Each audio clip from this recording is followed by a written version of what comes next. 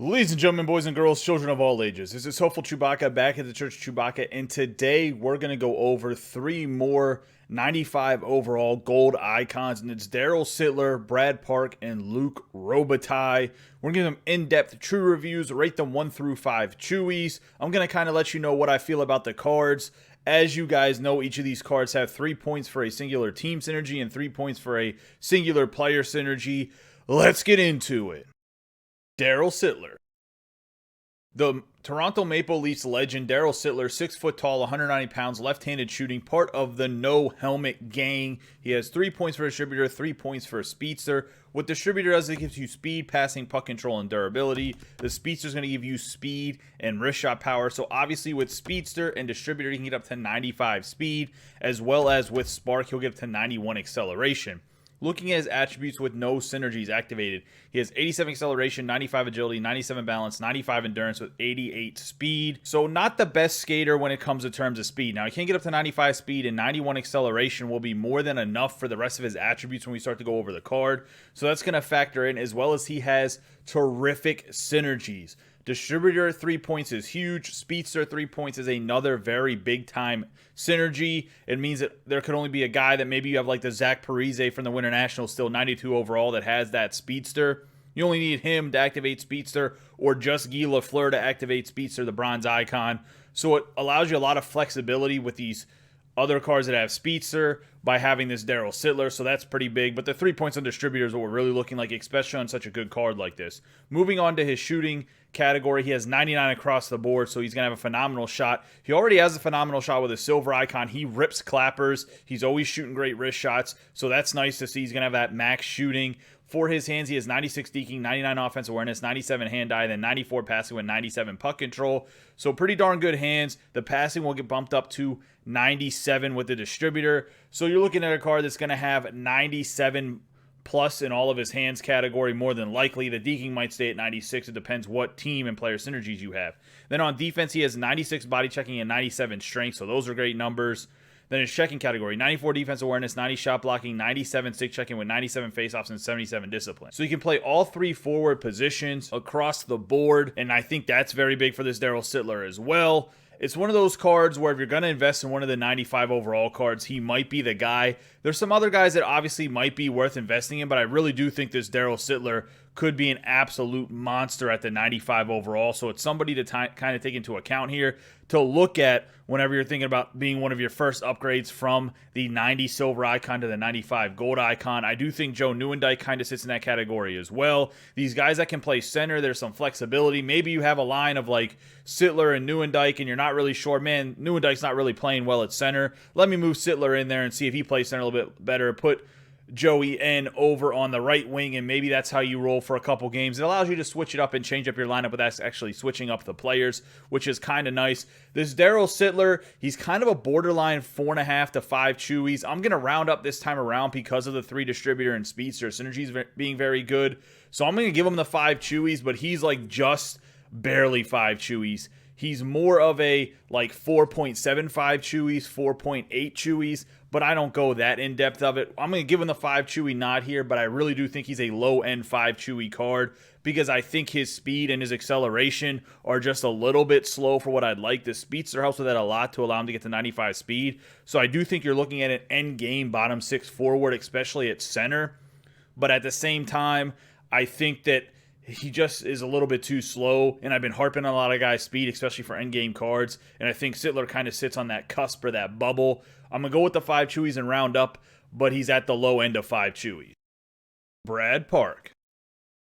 Another member of the no helmet gang, Brad Park, is 6 foot tall, 109 pounds, left-handed shooting, and I think he's one of the sneaky good defensemen, especially silver icon. He always seems to be in the right spot positionally, and I think his gold icon will be the same exact thing. He has 3 points for Swarm, 3 points for Howitzer. The Swarm's going to give you agility, hand-eye, defense awareness, and stick checking at +4. The Howitzer gives you +3 agility, speed, and then shot power. So he'll max out at his slap shot power at 99. His wrist shot power will get to 98. His speed is 91. His agility goes up to 94 with the Howitzer. You can get all the way up to 98 agility with Swarm and Howitzer. howitzer activated. With the howitzer, he can get all the way up to 94 speed as well. The acceleration will get to 92 speed, so he does have a slight skating concern. You're going to want to play him with a faster defensemen such as like a Cale Makar, Quinn Hughes, somebody that's a little bit faster to help the Brad Park. But I do think the rest of his attributes will be pretty close to endgame attributes. Let's go over them. He has 88 acceleration, 91 agility, 96 balance, 89 endurance with 88 speed. The endurance at 89 is a bit of a concern for this Brad Park. His shooting is 93 slap shot accuracy, 93 wrist shot accuracy with 95 wrist shot power, 96 slap shot power. His hands are 89 deking, 98 offensive awareness, 91 hand-eye with 98 passing and 98 puck control. So very good passing and puck control, great offensive awareness. The hand-eye and deking are a little bit low. His shot is definitely good at the low 90s or higher. Then for his defense, he has 98 body checking, 98 strength with 98 aggression. His checking category is going to be 99 defense awareness, 99 shot blocking with 99 stick checking. Now, the Brad Park is going to have nasty defense and checking attributes. As you can see, his checking is going to be maxed at defense awareness, shot blocking, and stick checking as mentioned. The body checking and strength are 98, so those are going to be great attributes. The 77 discipline isn't too bad. He does have howitzer to help with his speed. His acceleration is still going to be a little bit low at 92, but the 94 speed should be fine. I'm going to give this Brad Park 4.5 Chewies, and it's only because he's dependent on howitzer. I think he's a little bit slower for an endgame defenseman, even though he can get up to 94 speed, which I think should be more than enough. I just think he's a little bit behind on some of his attributes. I think 4.5 Chewies is a fair rating for him compared to some of the other 95 gold icons, and that's what I'm going to stick with. Let me know in the comments down below what you guys think about this Brad Park, but I do think he's going to be a top-tier defenseman. I do think he could possibly be endgame depending on who his defensive partner is. He's going to be on my team. I'm going to be 100% honest. He's going to be one of my 6 defensemen, and he'll be on the team the rest of the season once I finally make him. So that's just something to let you guys know. Personally, he will be one of my defensemen on the right defensive side as a left-handed defenseman. Luc Robitaille.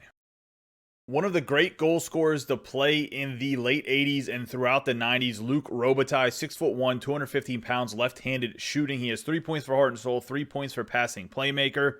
Now, what I will say, heart and soul is not a good team synergy, balance, endurance, shot blocking, and face-offs. And then for the passing playmaker, he gets passing, slap shot accuracy, and stick checking at +4. So he does not have the best synergies. However, looking at this card, he is a very, very good card. And this is probably the first time in the game, because there's so many synergies floating around, that I'd be okay with you picking up a guy if you can fit in your team and you can still have certain team synergies activated, where this Luc Robitaille might be a great fit.